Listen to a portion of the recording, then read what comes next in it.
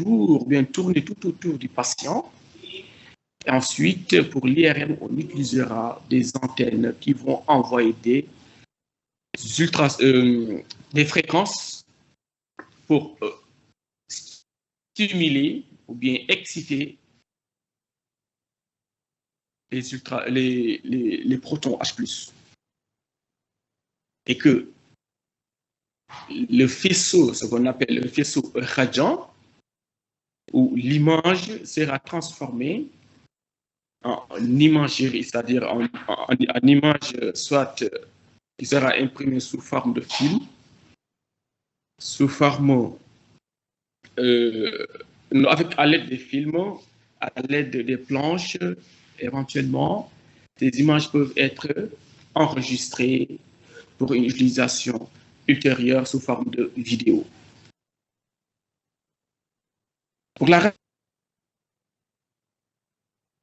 Il s'agit de la première technique d'imagerie qui a donné naissance à la discipline appelée radiologie. Cette technologie n'utilise que des grands équipements, à savoir une source de rayons X positionnée devant le patient, un détecteur de rayons X qui est placé de l'autre côté du patient. La radiographie standard a été rendue possible grâce à la découverte de ces ultrasons par Wilhelm Conrad Röntgen. Il les a découverts pour la première fois au 8 novembre 1895 par une photographie accidentelle de la main de Anna Berthe Ludwig Röntgen, qui était sa femme. C'est à partir de cette date que l'imagerie a vu le jour. Et quels sont les principes de cette modalité? Cette modalité utilise le rayonnement X, qui appartient aux ondes électromagnétiques qui sont caractérisées par une longueur d'onde et une énergie. Et que le rayonnement X au contact de l'organisme ou bien d'un organe va interagir avec ce dernier. Donc, les rayonnements X ont des longueurs d'onde de l'ordre de 10 puissance moins 12, et ce sont des faisceaux qui ont une importante énergie qui est supérieure à celle de la lumière à raison de 10 puissance en raison de l'électron-volt, méga-électron-volt et ou du giga-électron-volt. Ces rayons X sont produits dans un tube de Coolidge, encore appelé tube chaude. C'est un dispositif qui est constitué de 3 éléments. Nous avons la cathode et nous avons l'anode, c'est-à-dire ce sont ces 2 électrodes qui sont disposées face à face. Et ces 2 dispositifs, quand on va fermer l'interrupteur, vont créer ce qu'on appelle une tension. Et cette tension aura pour rôle l'accélération des électrons qui sont obtenus par chauffage de la cathode. Ces électrons vont être accélérés par cette différence de potentiel et vont aller buter sur la cible, c'est-à-dire l'atome de la cible.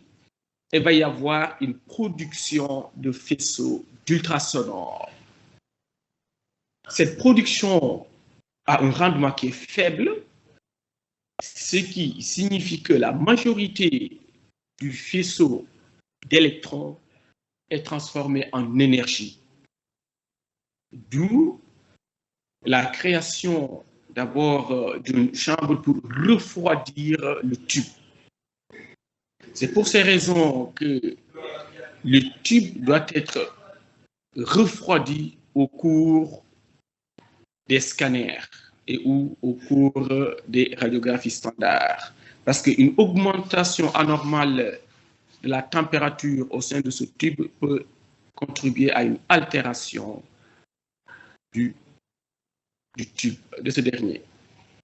Et ces faisceaux d'électrons obtenus vont sortir à travers un orifice ou un diaphragme avant d'atteindre l'objet. Et ce processus va consister, comme je l'avais dit, à une émission de rayons X de courte durée de la source qui est positionnée en face du patient.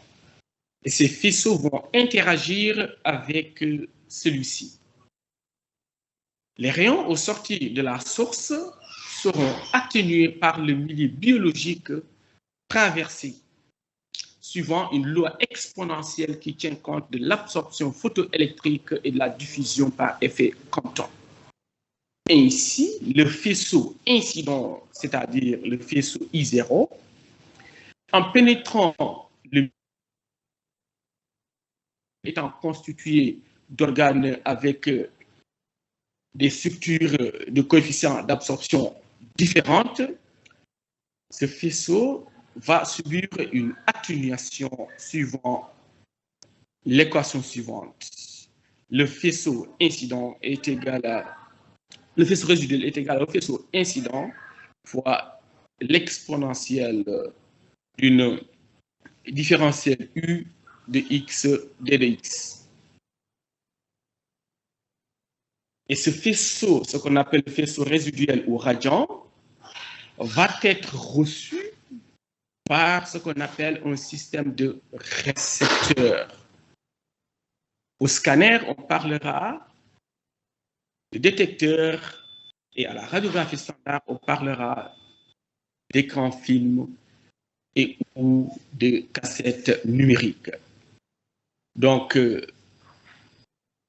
auparavant, on utilisait les films argentés et l'image sera révélée sur ce support et on peut utiliser des détecteurs dynamiques qui permettront l'étude du cœur, c'est-à-dire des organes en mouvement. Et tout dernièrement, nous avons les détecteurs numériques qui ont révolutionné l'imagerie. Et ce sont ces détecteurs qui sont très sensibles au rayonnement X qui vont remplacer le film. Le principe, il est simple, il est le suivant.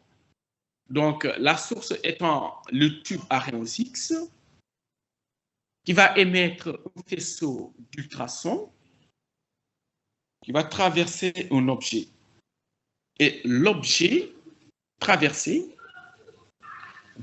l'objet va atténuer ce faisceau et le faisceau résiduel qui est porteur de l'image, ce qu'on appelle l'image radiante, va être reçu par le détecteur.